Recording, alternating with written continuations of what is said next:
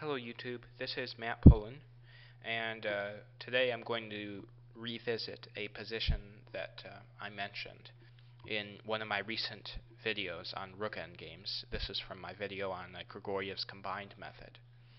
And black's last move was king d7 to c8, and I described this position as being a draw for black, and it is a draw, but I didn't do a very good job of elaborating, as Bill Brock pointed out, the trickiness of this position. So I'm just going to make a short video about this position. It's white to move, and black's threat is to play rook to b7 check.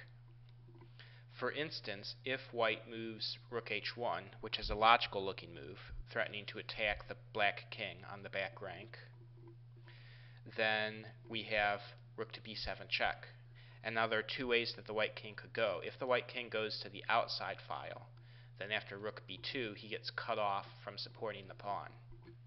And this is an easy draw for black. The black king will just come up to attack the pawn. And when white's rook defends it, then the black rook will also come and attack the pawn. So king c6 is also possible. Now black just keeps the checks coming. Rook to c7 check. And now if the king keeps going to this side, then rook to d7 check. And if king e6, then black just pulls the rook back, once again cutting off the white king from the support of the passed pawn. It doesn't matter that the king is on the long side now as opposed to the short side. Black will still draw easily. So king b5 is a little bit wiser, trying to hide behind the pawn and sort of reload the offense. Rook b7 check, king c4, and now after rook to g7, black has time to set up his Philidor defense. Now white can, if the Philidor position would be like if black were to play rook to g6 here, cutting off the white king from advancing. Now white can play rook to h6 himself to prevent the black rook from coming to the third rank. But after king to c7, black still has a good position. He has to play a little bit more carefully than in the Philidor position, which is sort of an automatic draw if you know the ideas. For instance, if king to b5 here, then black should just play king to b7. And black is really in no serious trouble. I mean, there's no way to drive the black king off of the 7th rank. And if this pawn pushes forward, then it takes away any potential cover for the white king, and the black rook will be able to come behind and harass the white king with checks, etc. So yeah, the threat in the initial position was to play rook b7 check, and in order to escape the series of checks, white has to either go to an outside file, in which case the black rook would just cut off the white king, or he has to go behind the pawn, in which case black has time to attempt to set up a Philidor position. So rook h1 is too slow to give black real problems. So we'll look at the move c6 here. Well, c6 obviously prevents rook to b7 check. So we gotta look at what black does here. And if black makes a move like rook h7, which looks like a logical choice to give the rook more room to operate. Now if black could have another move, to get his rook down to the 7th rank and begin attacking the white king from behind, with checks, because the pawn on the 6th rank doesn't give the white king any shelter anymore, then black would draw.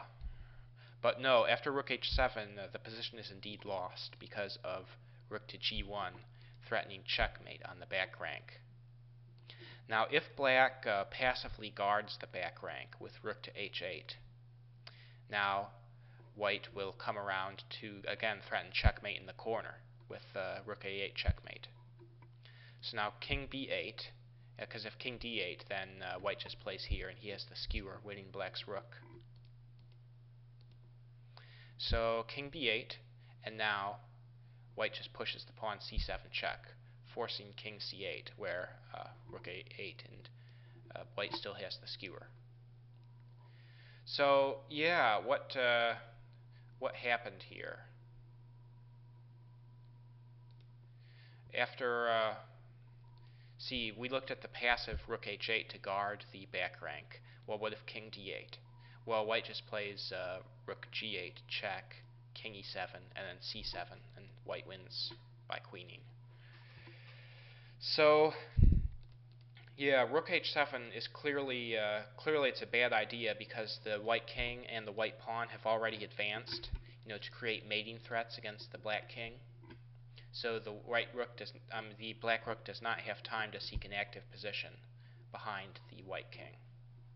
So instead, after c6, a different move. I meant to delete all this color. All right, there we go. After c6, a different plan is required for black. Alright, what would you play here? Alright, king b8. And really, the point of king b8 is not clear at first, but it's combined with the next move that makes it obvious why this is the best defense for black, and really the only drawing defense. Now, if white plays rook h1, again, to prepare the attack on the back rank. Now, black plays... Well, if black plays rook to c8, the passive defense of the back rank, then after rook h7, this is a textbook win for white. After, say, rook g8, rook b7 check, king a8, rook a7 check, king b8, and then c7 check, and the white rook will go to the back rank next. Instead, after rook h1, black has to play the resource rook b7 check.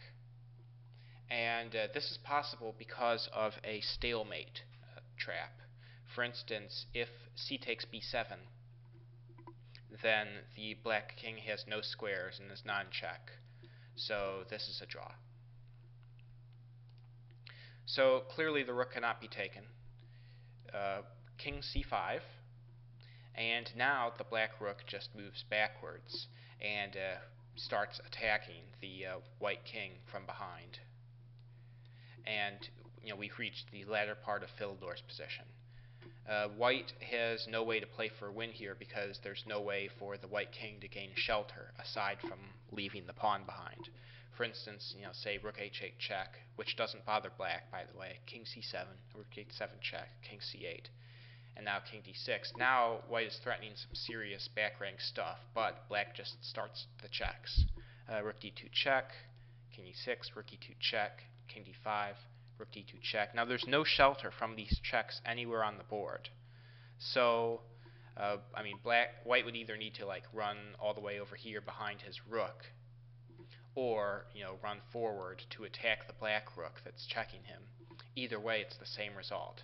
Like after king e4, the white king has gotten far enough away from the action that black can play rook c2 and begin an attack on the white pawn.